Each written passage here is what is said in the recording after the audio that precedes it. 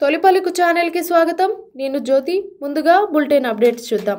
నిర్మల్ పట్టణంలోని బంగారుపేట మహాలక్ష్మి ఆలయంలో దొంగలు హుండీ పగలగొట్టి నగదు, అమ్మవారికి చేయించిన కళ్ళు, బొట్టు, కమ్మలు ఎత్తుకెళ్లారు. ఉదయం ఆలయ కమిటీ సభ్యులు ఈ ఘటనను గమనించి పోలీసులకు సమాచారం ఇచ్చారు. సంఘటన స్థలాన్ని పరిశీలించిన పోలీసులు సీసీ కెమెరా ఫుటేజ్ ఆధారంగా దొంగల కోసం గాలింపు ప్రారంభించారు. విజయవాడలో జరిగిన మైనారిటీ సంక్షేమ దినోత్సవ సభలో సీఎం చంద్రబాబు నాయుడు కీలక వ్యాఖ్యలు చేశారు. వక్ఫ్ బోర్డు చట్టంలో కేంద్రం సవరణలు తెచ్చిన ముస్లిం మైనారిటీల ఆస్తులను కాపాడుతానని హామీ ఇచ్చారు. హైదరాబాద్ బిర్యానీని ప్రపంచవ్యాప్తంగా తానే ప్రమోట్ చేశానన్నారు. ఓల్డ్ సిటీ పక్కనే ఎయిర్పోర్ట్ కట్టింది కూడా తానేనని చెప్పుకొచ్చారు. ముత్యాల వ్యాపారాన్ని ప్రోత్సహించడంతో ముస్లింలు కోటీశ్వరులయ్యారని చంద్రబాబు తెలిపారు. కేంద్రానికి లెటర్ రాస్తా, టైం ఎక్స్టెండ్ చేయమంట. నేను ఒకటే ఆ రోజు కూడా హామీ ఇచ్చా, ఈ వక్ఫ్ బోర్డు చట్టంలో సవరణలు తీసుకొచ్చిన ఇక్కడ మాత్రం మైనారిటీ సోదరులనే పెట్టి మీ ఆస్తులు కాపాడే బాధ్యత నాదని ఆ రోజు చెప్పా, ఈ రోజు చెప్తున్నా, ఇది కాపాడుతాను. అహ్మదాబాద్ లో ఇంటర్నేషనల్ బుక్ ఫెస్టివల్ ఉత్సాహంగా ప్రారంభమైంది. ఈ కార్యక్రమంలో పాల్గొన్న కేంద్ర మంత్రి ధర్మేంద్ర ప్రధాన్ మాట్లాడుతూ Ahmedabad municipal corporation, national book ట్రస్ట్లకు అభినందనలు తెలిపారు.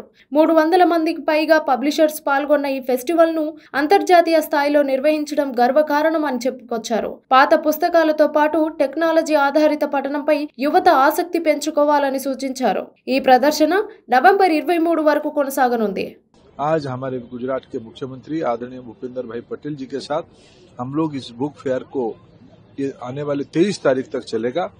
इस बुक फेयर में गुजरात की नई पीढ़ी अपने पढ़ने की रुचि को बढ़ाए, टेक्नोलॉजी में संलग्न हो, लेकिन मूल पुस्तक पढ़ने की उनकी अभ्यास बढ़े, यही उस पुस्तक मेला का मुख्य उद्देश्य है।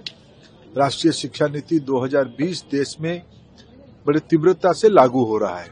उसमें प्रथम आग्रह का विषय है बच्चों की पढ़ाई अपना समझ बढ़ाने के लिए, अपने मौलिक चिंतन को विकसित करने के लिए मातृभाषा में होनी चाहिए। यही राष्ट्रीय शिक्षा नीति की एक बड़ा परामर्श है।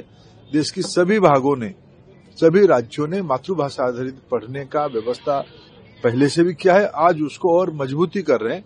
गुजरात भी गुजराती भाषा आधारित शिक्षा होने से ही जो आज हो रहा है यहाँ। తెలంగాణ సీఎం రేవంత్ రెడ్డి ఢిల్లీలో జరిగిన US India strategic partnership summit లో పాల్గొన్నారు. అమెరికా, భారత్ మధ్య వ్యాపార, సాంకేతిక, విద్యా రంగాల్లో భాగస్వామ్యాన్ని మరింత బలోపేతం చేయడమే ఈ సమ్మిట్ యొక్క ప్రధాన లక్ష్యమన్నారు. తెలంగాణలో పెట్టుబడుల అవకాశాలు, ఐటీ రంగ విస్తరణ, స్టార్టప్ల ప్రోత్సాహంపై రేవంత్ రెడ్డి చర్చించనున్నారు. అమెరికన్ కంపెనీలను రాష్ట్రంలో పెట్టుబడులకు ఆహ్వానించేందుకు ఈ పర్యటన కీలకమని భావిస్తున్నానన్నారు. లక్నోలో జరిగిన ట్రైబల్ పార్టిసిపేషన్ ఫెస్టివల్లో ఉత్తరప్రదేశ్ ముఖ్యమంత్రి యోగి ఆదిత్యనాథ్ మాట్లాడుతూ ప్రధానమంత్రి మోడీ దూరదృష్టితో ప్రేరణ పొందుతూ నవంబర్ 1 నుంచి 15 వరకు దేశవ్యాప్తంగా జనజాతీయ గౌరవ పఖవాడా నిర్వహిస్తున్నామని అన్నారు. ఈ కార్యక్రమం గిరిజన సమాజంలో తమ సాంప్రదాయాలు, సంస్కృతి, వారసత్వంపై గర్వభావం పెంపొందించడమే లక్ష్యమని చెప్పారు.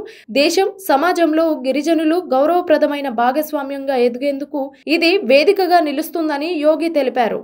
आदरणीय प्रधानमंत्री जी की प्रेरणा से 1 नवंबर से 15 नवंबर तक पूरे देश के अंदर जनजातीय गौरव पखवाड़ा आयोजित किए जा रहे हैं। जनजातीय समुदाय को अपनी परंपरा, अपनी संस्कृति और अपनी विरासत पर गौरव की अनुभूति हो सके, उन्हें समाज और राष्ट्र की मुख्य धारा के साथ ही उन्हें सम्मान के साथ आगे बढ़ने के लिए एक बेहतर प्लेटफॉर्म उपलब्ध किया जा सके, इस उद्देश्य से जनजातीय गौरव पखवाड़ा के क्रम में आज जनजातीय भागीदारी उत्सव का आयोजन प्रदेश की राजधानी लखनऊ में किया जा रहा है। ये जो उत्सव है, जिसमें देश भर के 22 राज्यों से आए हुए जनजातीय समुदाय के कलाकारों के द्वारा जनजातीय संस्कृति और वहां की परंपराओं के बारे में अपना प्रदर्शन करने के साथ ही अनेक प्रकार के कार्यक्रमों को इस दौरान यहां पर प्रस्तुत करने का कार्य हो रहा है। 130వ సవరణ బిల్లు సంయుక్త పార్లమెంటరీ కమిటీపై రాజ్యసభ సభ్యుడు బీజేపీ ఓబీసీ మోర్చా జాతీయ అధ్యక్షుడు డాక్టర్ కె లక్ష్మణ్ మాట్లాడుతూ ఈ కమిటీలో సభ్యుడిగా అవకాశం ఇచ్చినందుకు లోక్సభ స్పీకర్కి, మన సీనియర్ నాయకత్వానికి, ముఖ్యంగా ప్రధాని నరేంద్ర మోదీకి, జేపీ నడ్డాకు ధన్యవాదాలు తెలిపారు. मैं मानता हूँ ये महत्वपूर्ण कमेटी है, क्योंकि जब मोदी जी सरकार जब से आई तब से काफ़ी परिवर्तन या हमारे प्रशासन में हो और राजनीति में भी एक पारदर्शिता लाने के जो प्रयास किया जा रहा है. आज अगर कोई राज्य मंत्री हो, केंद्र मंत्री हो, मुख्यमंत्री हो, चाहे प्रधानमंत्री हो, अगर उनका कोई अपराधी 5 साल के ऊपर किसी में उसका केस दर्जा हो गया, अगर 30 दिन जेल काटे तो उनको तुरंत इस्तीफा देना, अगर बाद में फिर दोबारा बनना है तो बन सकते हैं. इससे भी अब कांग्रेस राजनीति कर रही है. मतलब क्या आप संकेत देना चाह रहे हैं और पूरा समाज को क्या संदेश देना चाह रहे? जो अपराधी जेल में बैठकर वो शासन कर सकते हैं क्या, या ऑफिसरों को अब जेल बुलाकर अपने फाइल क्लियर करना चाहते हैं क्या? ये इसीलिए मोदी जी सरकार चाहते हैं कि ऐसे चीज़ों में ज़रूर सबका राय बने और एक अच्छा एक कानून बने. मगर दुर्भाग्य है हमारे कांग्रेस तो विपक्ष के नाते तो अपनी जिम्मेदारी नहीं निभाती और उसको भी राजनीति के माध्यम से अब लोगों को अब गुमराह करना चाहते हैं.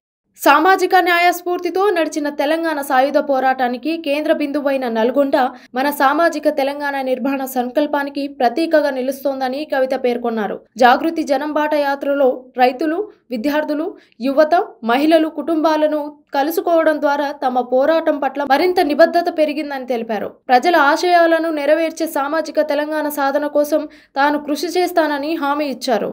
ప్రయత్నమే తొలి విజయం అని నిరూపించిన మండపేట శారద మున్సిపల్ పాఠశాల ఎస్జిటి టీచర్ అమలదాసు కావేరి గారికి హృదయపూర్వక అభినందనలు తెలిపారు నారా లోకేష్. విద్యార్థుల సంఖ్య 0 నుంచి 11కు పెంచి వినూత్న బోధన పద్ధతుల్లో పిల్లల్లో నేర్చుకునే ఆసక్తి పెంపొందించారు. ఆట పాటలతో పాటు నైతిక విలువలు, సంస్కృతి, దేశభక్తి బోధించడం ప్రశంసనీయమన్నారు.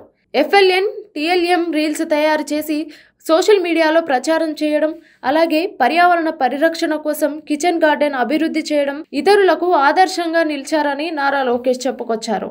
ఇది ఇవాల్టి బులెటిన్ అప్డేట్స్. మరొక బులెటిన్తో మళ్ళీ కలుద్దాం.